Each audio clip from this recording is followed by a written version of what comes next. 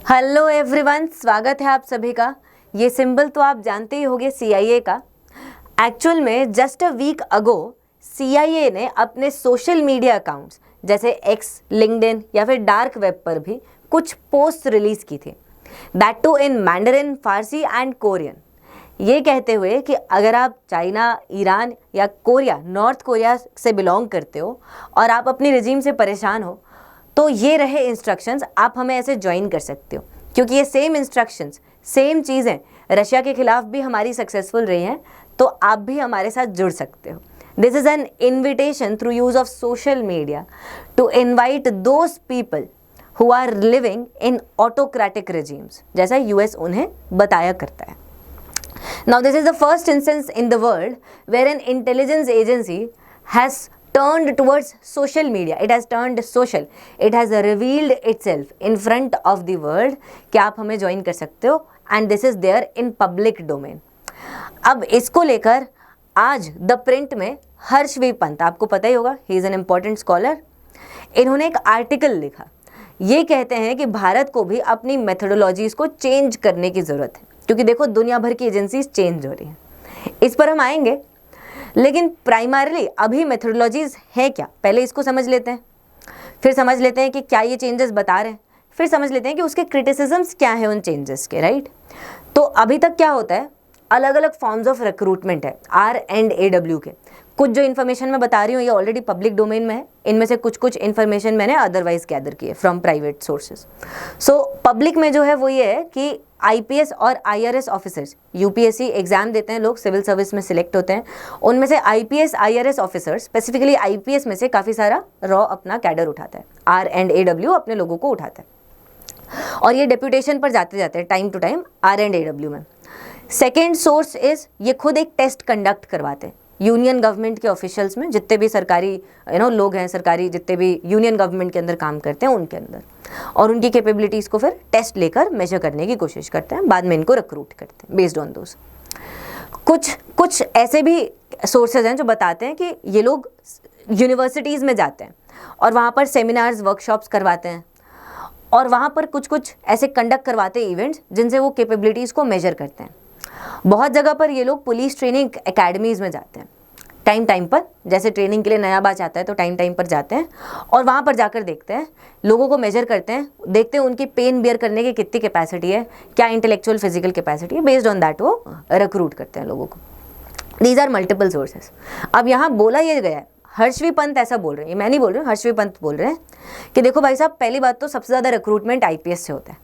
ये बंदा वो होता है जिसने एग्ज़ाम निकाला होता है, ये केपेबल है डेफिनेटली, लेकिन इसके पास जनरलिस्ट नॉलेज है।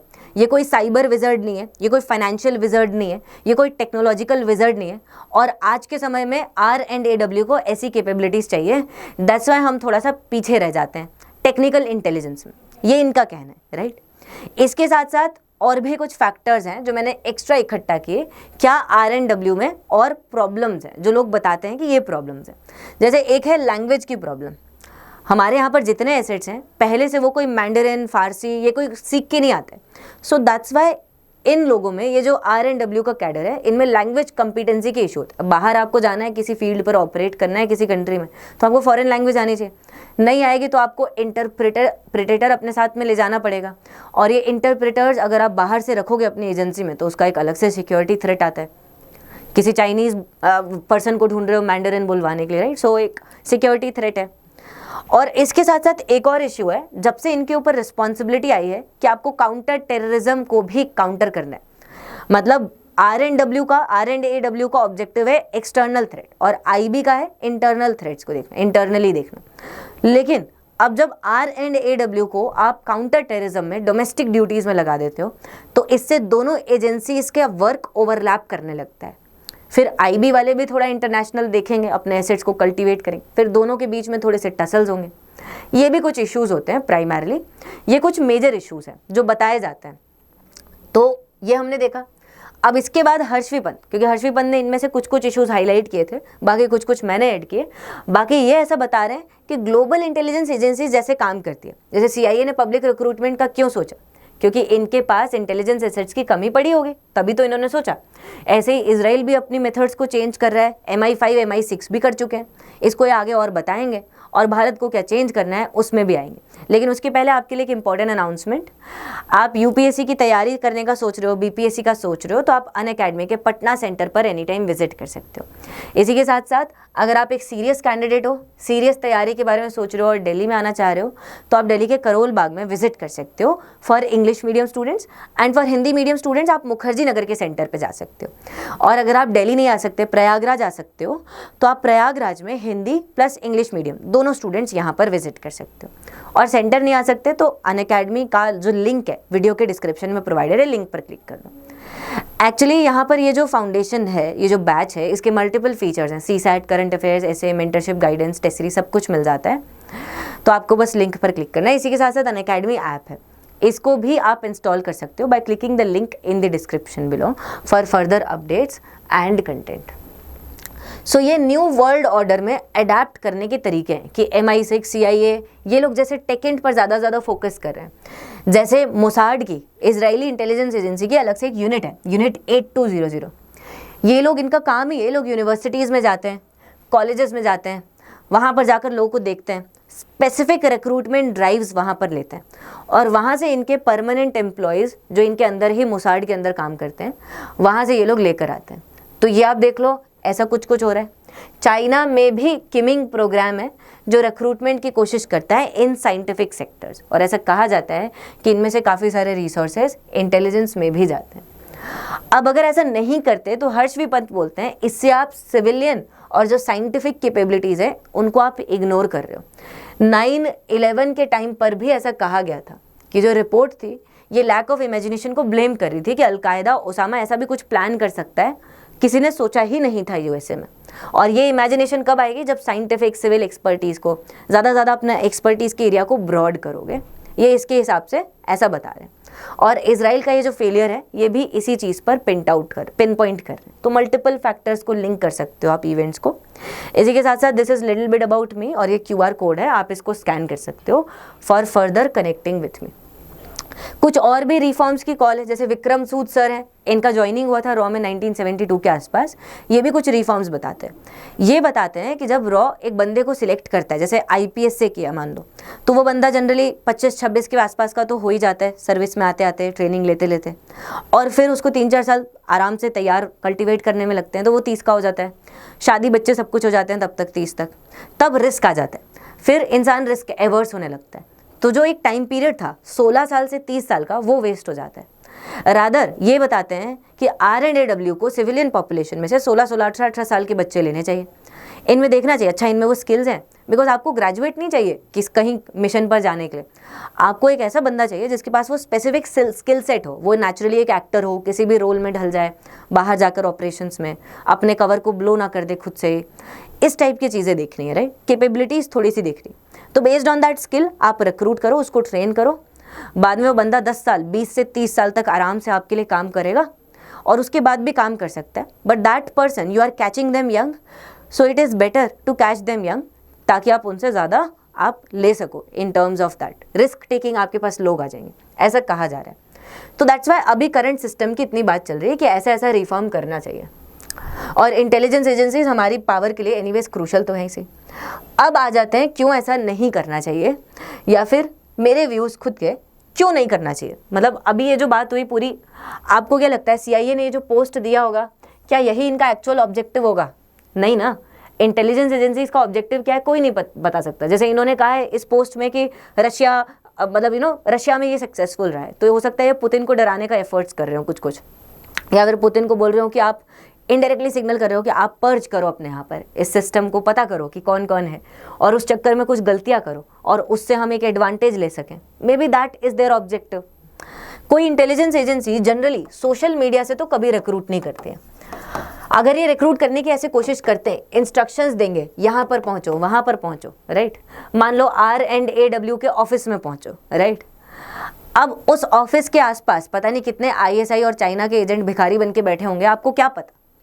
वो तो कभी भी ऑब्जर्व कर लेंगे ना कि अच्छा ये पोटेंशियल कैंडिडेट्स हैं जो आए हैं, मतलब इनके पीछे अपने बंदे लगाने हैं और फिर इनको एलिमिनेट करना है। So people can be at the risk of being attacked here. आपके एसेट्स भी, आपका पूरा कवर, मतलब there is a lot of risk involve है by recruiting people from internet. तो ये तो एडवाइज्ड नहीं है। रही बात यूनिवर्सिटीज़ की और कॉलेजेस की, तो ऐसा नहीं है कि R&AW सिर्फ IPS में से कैडर को सिलेक्ट करता है, रिक्रूट करता है। आपने एक नाम सुना होगा, Ravinder Kaushik sir. He was the tiger, right, इनको टाइगर कहा जाता था। ये 1980s में पकड़े गए। इनका जो कवर था वो ब्लो हो गया। He was living with in Pakistan as a high ranking official in their army. इन्होंने वहाँ पर शादी वादी भी की थी एक आर्मी एलिट के पर्सन के बेटी के साथ, और मतलब इनका एक अच्छा खासा वहाँ पर ये इन्फॉर्मेशन रिले कर रहे थे भारत को, और इनको लाने की भी कोशिश करी जा रही थी वहाँ पे। लेकिन अनफॉर्चुनेटली उसके पहले इनकी इन्फॉर्मेशन मिल जाती है आर्मी और ISI वालों को, तो ये पकड़े जाते हैं। बाद में इनकी इन्फॉर्मेशन जब पता चलती है तो ये पता चलता है that he was not an IPS officer. ये कहीं ऐसे एलिट बैकग्राउंड से नहीं लिए गए थे, सिंपली इनको उठाया गया था इनकी कैपेबिलिटीज़ की वजह से। सो ऐसा नहीं है कि हम लोग ऐसे पिकअप नहीं करते हैं लोगों को, but there is a huge risk है। मान लो आपने किसी नॉर्मल पर्सन को, जैसे कोई रेस्टोरेंट में भारत में काम कर रहा है, उसको पिकअप कर लिया, या फिर चाइना में कोई रेस्टोरेंट में काम कर रहा है, वहाँ से आपने उसको पिकअप किया, that you are our asset here. अब वो चाइनीज़ ऑफिशियल तो है नहीं जो गवर्नमेंट में काम कर रहा हो, तो पहली बात तो उसको लिमिटेड जानकारी पता होगी, राइट। दूसरी बात, उसको एक्सेस नहीं है, वो जी जिनपिंग के बहुत ज़्यादा करीब नहीं जा पाएगा।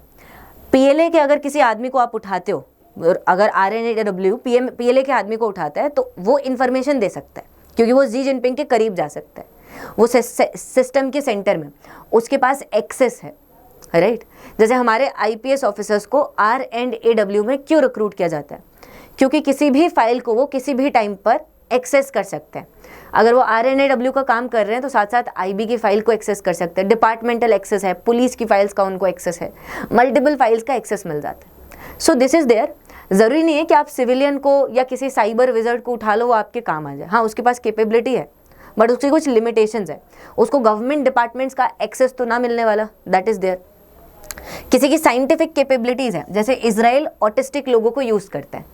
ऑटिस्टिक लोगों की एक अलग ही कैपेबिलिटी होती है, वो पिक्चर्स को देखकर एनालाइज कर सकते हैं कहाँ पर पूरा एम्यूनेशन का डेपो छुपा होगा अंडरग्राउंड। अभी आप देख रहे हो इतनी सारी वो स्ट्राइक्स नसरल्ला, हिजबुल्लाह, इन सब पे कैसे हो रही है, तो ये एनालाइज करवाते हैं उन लोगों से, फिर उसके बारे में ग्राउंड इंटेलिजेंस पता करते हैं, फिर स्ट्राइक करते हैं। सो this is specific use of autistic people. लेकिन आप उन्हें यूज़ करोगे, आप उनके पोटेंशियल को यूटिलाइज करोगे, लेकिन ऐसा नहीं है कि कंप्लीटली आप उन्हें within your organisation absorb करने की कोशिश करोगे, because there is always a threat. अगर आपने उन्हें within an organisation completely absorb करने की कोशिश की, रिक्रूट करने की कोशिश की within your organisation, then there is a great threat to you also and to those people also. So ये रहता है, we have to see everything with a critical eye, और दैट्स वाई इन सारे एस्पेक्ट्स को, जैसे cyber wizards उठाना, financial wizards उठाना, we have to see them with a critical eye. जैसे एक माधुरी गुप्ता नाम की एक एजेंट थी, भारत की एजेंट थी। She was an IFS group B officer. अब आप समझ रहे हो, IFS ऑफिसर जिसको उर्दू की नॉलेज है, शी हैज़ ग्रेट स्किल्स, तो इनको उठा लिया। R&AW ने इनको एजेंट की तरह उठाया और वो अलग अलग जगह पे गई, बगदाद गई, पाकिस्तान गई। अब पाकिस्तान में एक ISI एजेंट से प्यार में पड़ गई, और फिर उससे वहाँ वो अग्री कर गए कि हाँ मैं भारत की इन्फॉर्मेशन दूंगी। जम्मू कश्मीर में हम एक हाइड्रो इलेक्ट्रिक प्रोजेक्ट बनाने वाले थे। इस टाइप की डिटेल्स हम नहीं चाहते बहुत जल्दी पाकिस्तानियों या चीनियों को रिवील हो, क्योंकि ये लोग वरना उस प्रोजेक्ट पर अटैक करना चालू कर देते हैं, राइट, और इसके खिलाफ पूरा वो डेवलप करना स्टार्ट कर देते हैं नैरेटिव। सो दैट्स वाई हम सोच रहे थे कि ये सीक्रेट है, लेकिन वो बंदी ये सारी इन्फॉर्मेशन देती है, बाद में उन्हें कश्मीर में भेजा जाता है।